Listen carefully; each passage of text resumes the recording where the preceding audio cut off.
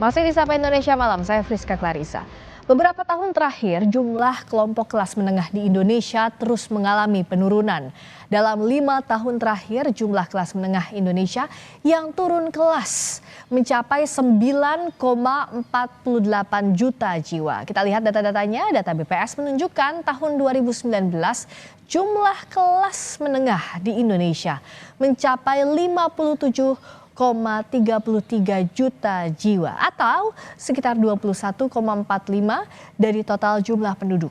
Dalam waktu 5 tahun atau di tahun 2024 ini, jumlah kelas menengah Indonesia turun menjadi 47,85 juta jiwa atau 17,13%. Sesuai standar Bank Dunia, BPS mendefinisikan kelas menengah adalah mereka yang memiliki pengeluaran 3,5 hingga 17 kali garis kemiskinan. Jika dirupiahkan saudara, kelas menengah adalah mereka yang memiliki pengeluaran antara 2 juta dan 9,9 juta rupiah per kapita per bulan. Lalu mengapa banyak kelas menengah di Indonesia turun kelas atau terancam miskin? Dan apa kebijakan pemerintah untuk kelompok kelas menengah? Kita ulas usai tayangan berikut ini.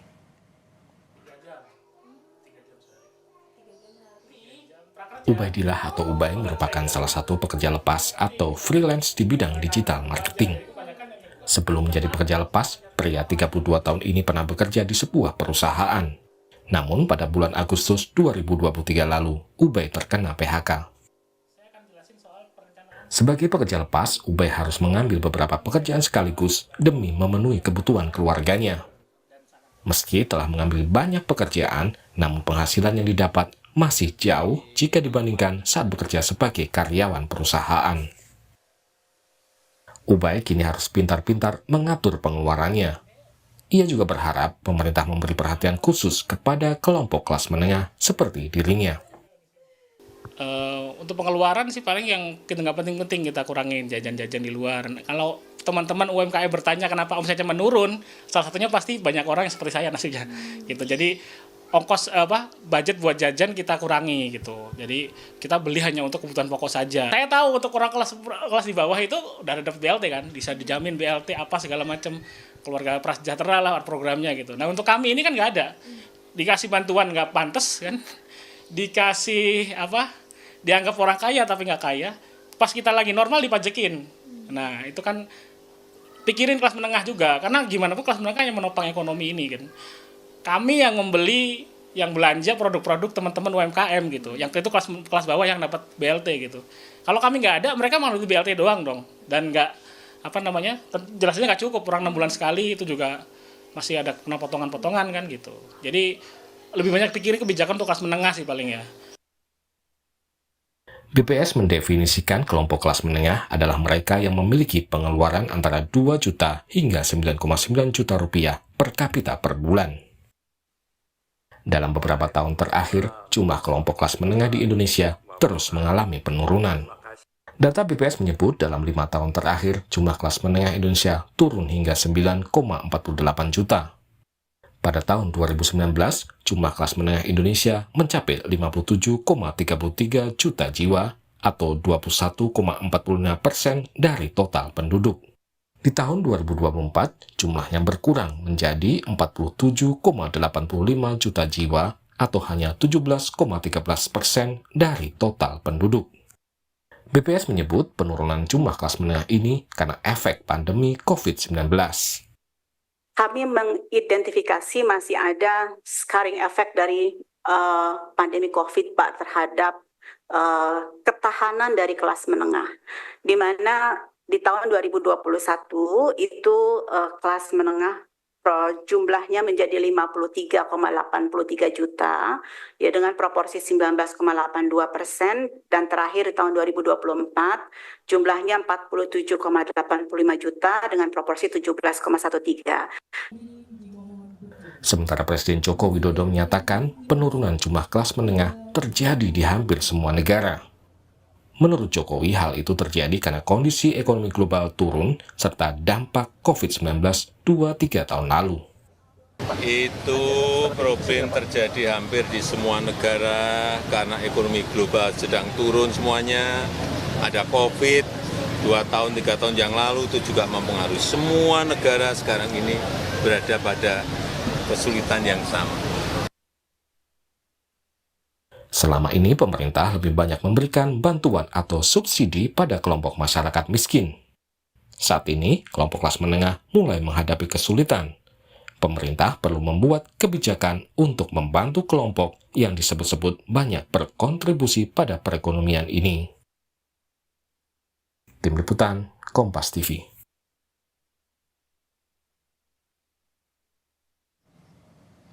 Kita ulas fenomena turunnya jumlah masyarakat kelas menengah di Indonesia bersama Ubedillah Pratama Rofiansyah, salah seorang pekerja lepas yang mungkin bisa mewakili kelompok kelas menengah, dan juga ada peneliti senior Indef Tauhid Ahmad. Kami juga sudah mengundang perwakilan pemerintah maupun DPR RI, namun tak ada yang dapat hadir pada dialog malam hari ini. Selamat malam Mas Ubed, juga Mas Tauhid. Selamat malam, Mbak Priska. Selamat malam. Saya ke Mas Ubed dulu. Mau tahu ceritanya. Sebenarnya kan Mas Ubed tadi seperti di tayangan dulu karyawan, lalu kena PHK, lalu sekarang jadi freelance. Nah, kalau untuk saat ini pengeluaran terbesar setelah jadi freelancer ini apa saja, Mas? Pengeluaran terbesar paling di belanja bulanan sama cicilan rumah deh. Oke. Itu kebanyakan. Dan untuk, maaf saya tanya, kalau untuk penghasilan dan pengeluaran per bulannya kira-kiranya saja itu berapa, Mas? Penghasilan? Ya, penghasilan dan juga pengeluaran.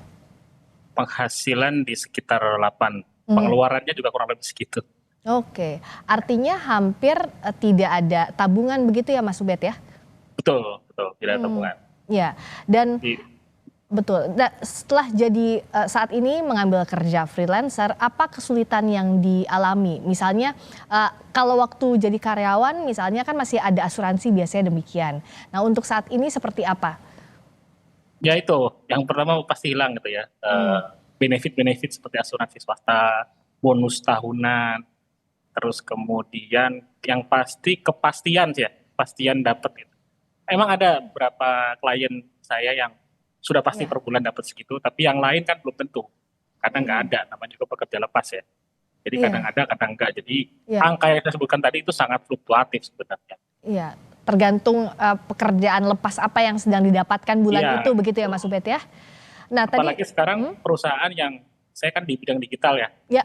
Mungkin di berita yang lain juga, Kompas sudah pernah bahas juga soal startup Inter ya. Jadi salah satu yang bikin mereka karena mungkin budget buat marketing atau buat promosi itu berkurang, jadi budget untuk mempekerjakan orang seperti kami juga berkurang gitu.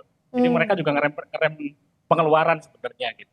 Iya, jadi ya kan berdampak juga gitu. Ya bisa jadi terancam juga begitu ya, tanda kutip apa yang Mas sekarang kerjakan bisa jadi nanti tidak ada pos itu begitu ya Mas Ubed ya. Betul. Kalau untuk tadi pengeluaran terbesar antara lain belanja bulanan. Nah, boleh dirincikan apakah misalnya ada juga konsumsi belanja bulanan ini, lalu juga ada cicilan atau apa biasanya? Dirincikan ya, kalau bulanan biasanya kan kita belanja bulanan yang di supermarket itu ya misalnya ya. Untuk kebutuhan sehari-hari begitu ya? Sehari-hari ya, paling kita mengurangi sih Mbak, mengurangi. Jadi biasanya let's say 3 juta, kita jadi sekitar 1 juta.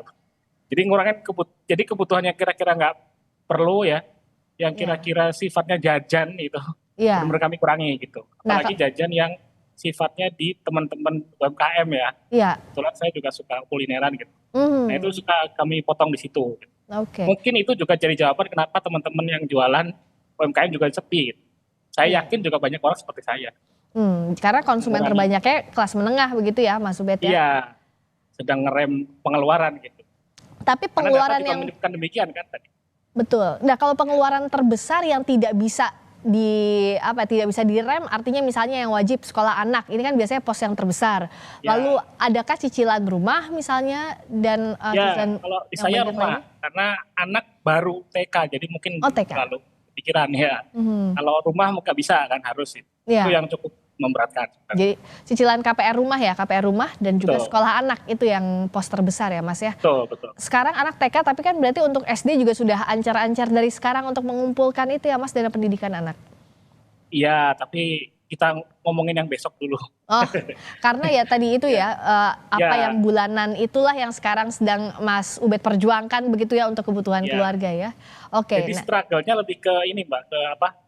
Bertahan dulu kita gitu. Strateginya untuk bertahan dulu. Oke. Belum kita ke strategi selanjutnya untuk pendidikan anak, tabungan, pensiun dan lain-lain. Terima kasih banyak Mas Ubed ini bisa memberikan gambaran ya Mas Ubed, terima kasih untuk ceritanya. Kita masih diskusi lagi tapi saya ke Mas Tauhid dulu. Dengan ini Mas Ubed salah satu contoh, artinya untuk kelas menengah yang dilakukan adalah bagaimana untuk bertahan di bulan itu untuk memenuhi kebutuhan keluarga. Tapi di sisi lain yang seringkali juga jadi kesulitan, bukan seringkali bahkan ini jadi kesulitan utama, kebijakan pemerintah ini tetap membebani kelas menengah, tapi tidak ada subsidi yang diberikan begitu, Mas Tauhid. Ya, saya lihat memang kalau lihat tren data BPS itu juga menjelaskan ya bahwa pengeluaran kelas menengah yang mengalami peningkatan itu yang pertama adalah pajak atau iuran, Ya, kedua biaya pendidikan, biaya perumahan, kemudian keperluan pesta, makanan maupun barang dan jasa lainnya begitu. Artinya banyak sebenarnya yang sebenarnya bisa disiapkan oleh ataupun bisa difasilitasi oleh pemerintah untuk menekan biaya-biaya tersebut ya. Misalnya saja pajak ya, saya kira ketika katakanlah 2 tahun lalu PPN naik dari 10 menjadi 11%, itu sangat memukul kelas menengah.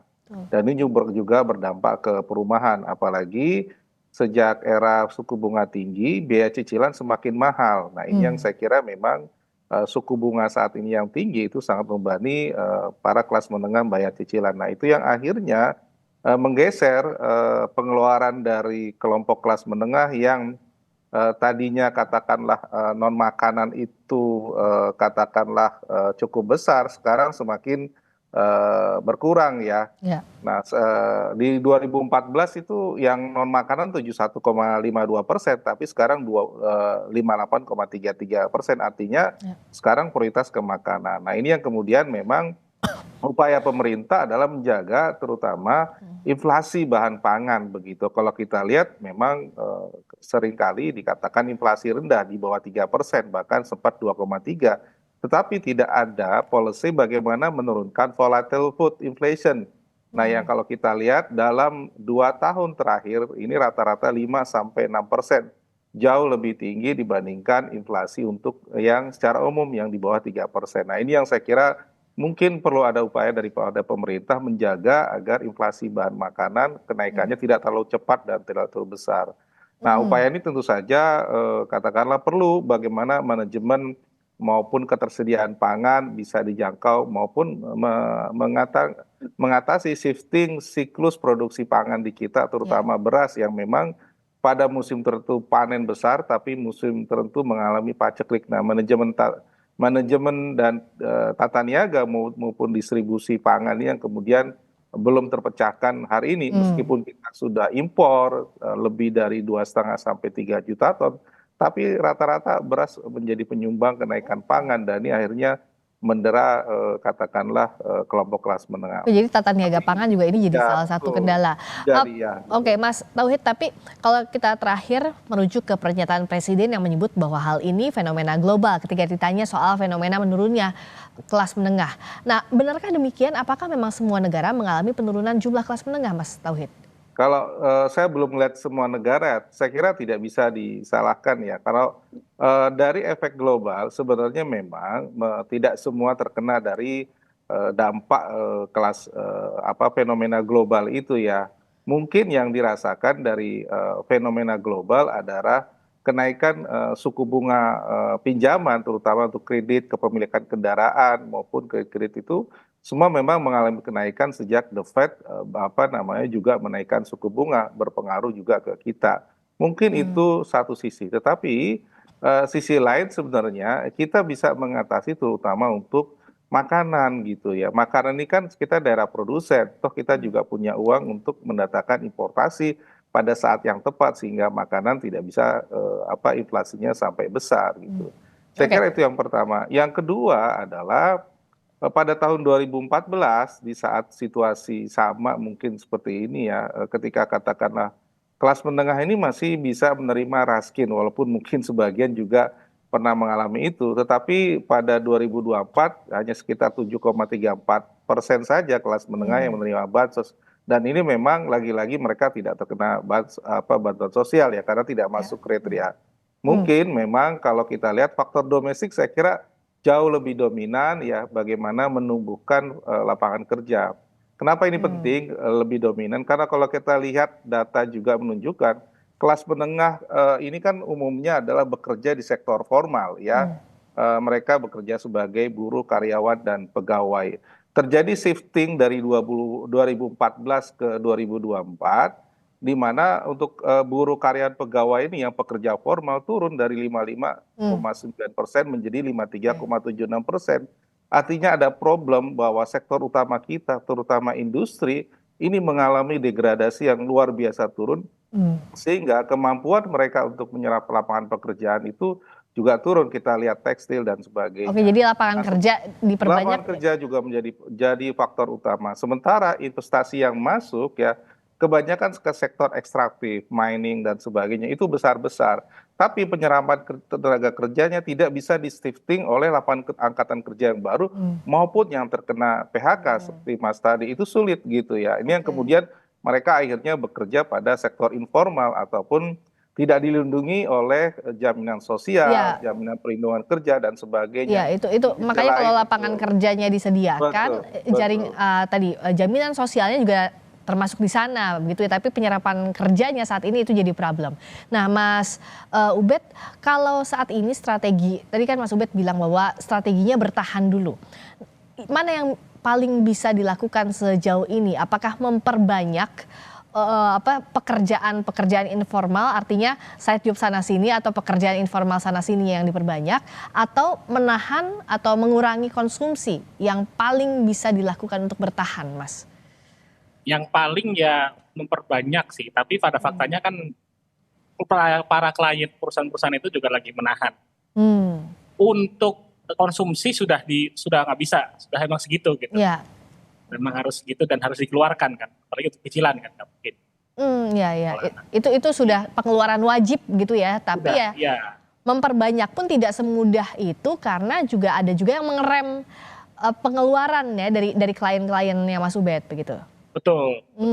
Oke. Nah, kalau dari Mas Tauhid, artinya begini, kalau untuk sektor informal, untuk mencari lahan-lahan pekerjaan informal tidak semudah yang dibayangkan. Tapi di sisi lain juga yang dibutuhkan adalah jaring pengaman sosial ini, Mas, untuk kelas menengah, Mas Tauhid. Karena kita tahu untuk bansos tidak dapat, tapi pajak tetap dikenakan. Atau misalnya transportasi umum subsidi tidak dapat juga. Nah, itu apa goodwill dari pemerintah, kebijakan pemerintah yang semestinya menyentuh juga kelas menengah agar tidak turun kelas, Mas Tauhid? Ya, saya kira kalau misalnya jaminan sosial ya kita kan sekarang sudah dalam 2 kelompok ya. 3 termasuk PBI yang memang pada kelompok yang katakanlah diberikan jaminan sosial karena berada di bawah garis kemiskinan. Kemudian pekerja penerima upah, ini artinya yang memang mereka bekerja dalam kategori buruh, karyawan atau pegawai, maupun pekerja bukan penerima upah dan umumnya bekerja di sektor informal begitu. Nah, problemnya adalah ketika mereka transisi dari pekerja penerima upah menjadi bukan penerima upah, ini seringkali macet begitu ya, karena kan mungkin harus membayar sendiri. Kalau dulu dibayar kantor, sekarang harus dibayar sendiri dan itu mandiri, misalnya untuk BPJS Kesehatan ya, itu mereka harus bayar sendiri. Nah, ini yang kemudian belum difasilitasi transisi bagaimana mereka juga bisa mendapatkan fasilitas dari sektor itu. Yang kedua adalah kalau kita lihat memang sisi katakanlah pekerja-pekerja informal ya, kalau lihat data yang disampaikan oleh BPS, ini yang kembali ke sektor pertanian jauh lebih tinggi. Sebenarnya sebagai cadangan ya, karena mereka tidak punya pilihan lain. Nah, pekerja informal itu akan tumbuh ketika pekerja formalnya juga semakin tinggi, begitu, semakin tumbuh tinggi. Jadi mereka katakanlah mendapatkan penghasilan lebih baik kalau sektor formalnya juga ikut naik, begitu. Jadi Jadi formalnya itu harus didorong, nanti informalnya juga mendapatkan tambahan yang lebih baik. Misalnya katakanlah ketika industri katakanlah dia mempertahankan tidak tutup, maka para pekerja itu pasti mendapatkan gaji dan sebagainya. Berarti sektor informal yang berada di sekitar apakah UMKM, warung, kemudian jasa kontrakan itu bisa hidup begitu. Jadi yang penting adalah bagi pemerintah mempertahankan yang formal-formal ini juga penting untuk difasilitasi agar yang informal ini juga terkena multiplier atau efek dari formal tersebut ya. Nah, saya kira yang terakhir betul bahwa informal ini harus dilindungi, punya katakanlah ekosistem yang berbeda, fasilitas yang berbeda, dan katakanlah tingkat persyaratan yang berbeda agar mereka juga mendapatkan haknya secara lebih baik begitu. Kalau dari Mas Ubed, adakah harapannya Mas Ubed begitu ya dari Mas Ubed pribadi untuk kebijakan pemerintah agar menunjang untuk kelas menengah ini tidak turun kelas begitu, Mas Ubed? Kalau dari saya yang paling bisa dilakukan ya soal pajak sih, jangan ditambah-tambah Pajak ya. lagi. Terus subsidi kendaraan umum ya, ada wacana kereta mau untuk orang yang berKTP NIK daerah tertentu saja, itu kebijakan aneh. Jadi nggak boleh ada kayak gitu, karena itu benar-benar ngebantu banget ya, orang dari berbagai kelas bahkan gitu ya. Terus ya itu tolong pikirkan, saya nggak tahu detailnya seperti apa untuk kelas menengah ini ya, biar nggak turun kelas atau biar nggak turun kelas menjadi kelas yang miskin gitu. Tapi yang memberatkan di antara lain ya tadi pajak itu ya Mas ya, sama hak transportasi umum. Iya, PPN mungkin. Terus ini mungkin saya nggak tahu ya, untuk kebijakan perumahan khususnya yang kena bunga floating kan saya tahu itu ikut The Fed, ikut BI lah. Iya. Mungkin ada kebijakan khusus dalam kondisi seperti ini, nah itu bisa kita tetap bayar. Cuman mungkin bunganya bisa direm dulu, jangan naik dulu gitu. Jadi kebijakan khusus gitu. Pada saat COVID dulu kan ada di beberapa beberapa orang secara random mendapatkan hak untuk nggak bayar 1 atau 2 bulan gitu. Itu random gitu. Mungkin itu bisa dilakukan lagi agar lebih meringankan dengan lebih sistematis. Iya. Jadi kalau Mas Tauhid, kita sama-sama mendengar juga ini ceritanya Mas Ubed dan juga berbagai pihak lainnya, bahwa yang memberatkan seringkali di potongan pajaknya. Ada pajak naik, kelas menengah tetap kena. Terus transportasi umum, subsidi misalnya BBM tidak dapat. Atau transportasi umum mau ada wacananya meskipun masih dikaji soal NIK ini. Apakah pemerintah sejauh ini tidak sensitif terhadap kelas menengah, belum pro terhadap kelas menengah, Mas Tauhid? Ya, kalau kita lihat sebenarnya mungkin pemerintah sudah memikirkan ya, tetapi lagi-lagi ada tuntutan begitu yang lebih besar sehingga seringkali kelas menengah yang dikorbankan sebagai tulang punggung untuk katakanlah pajak dan sebagainya ya. Ketika dulu kami pernah memperkirakan bahwa akan terjadi perlambatan ekonomi ketika PPN naik ya dari 10 ke 11 dan kemungkinan nanti 11 ke 12 2025 itu akan dampaknya akan sama begitu. Tapi kan ini maju terus begitu ya. Ini efeknya ya. Memang pajak naik tapi ekonomi akan agak lambat. Itu selalu pajak akan pisau bermata dua begitu ya. Kalau terlalu tinggi maka masyarakat yang akan keberatan. Nah, saya kira memang ya pemerintah memang harus ikut lebih dalam lagi, ikut aware lagi ya soal tadi kereta. Saya kira sepakat begitu. Di banyak negara maju transportasi publik bahkan sangat murah sekali gitu agar menjadi insentif orang dari kendaraan pribadi yang bikin macet Jakarta bisa ke transportasi publik begitu ya. Itu bukan NIK itu malah tidak menjadi solusi ya. Justru harusnya bisa lebih murah dari yang sekarang dan itu ada subsidi begitu. Nah ini yang kemudian bisa membantu pengeluaran. Nah, apalagi kalau kita lihat mungkin keretanya mungkin murah, tapi bagaimana dengan biaya untuk kendaraan transportasi online-nya berbasis motor itu mahal begitu, bahkan lebih mahal gitu ya. Ini bagaimana kita memperbaiki transportasi publik sehingga biaya transportasi, pendidikan, kesehatan itu bisa dikurangi. Mungkin model itu yang harus dikuatkan ya ketimbang memberikan subsidi bansos ya, itu tidak menjadikan masalah gitu. Karena mereka pada kelompok bawah, tapi kelas menengah kos-kos tadi yang kemudian bisa dikurangi bisa jauh lebih baik begitu. Ya justru hak transportasi publik misalnya, pendidikan itulah yang harus diperhatikan, jangan sampai justru kelas menengah yang menarik dari Mas Tauhid tadi, jangan sampai kelompok kelas menengah selalu jadi tulang punggung perekonomian, begitu ya Mas Tauhid. Terima kasih atas pandangannya Mas Tauhid Ahmad, peneliti senior Indef. Mas Ubed, terima kasih, semoga rezekinya lancar terus. Dan juga kita berharap pemerintah punya kebijakan yang pro terhadap kelas menengah dan juga berbagai kelas ekonomi. Terima kasih atas waktunya di Sapa Indonesia Malam.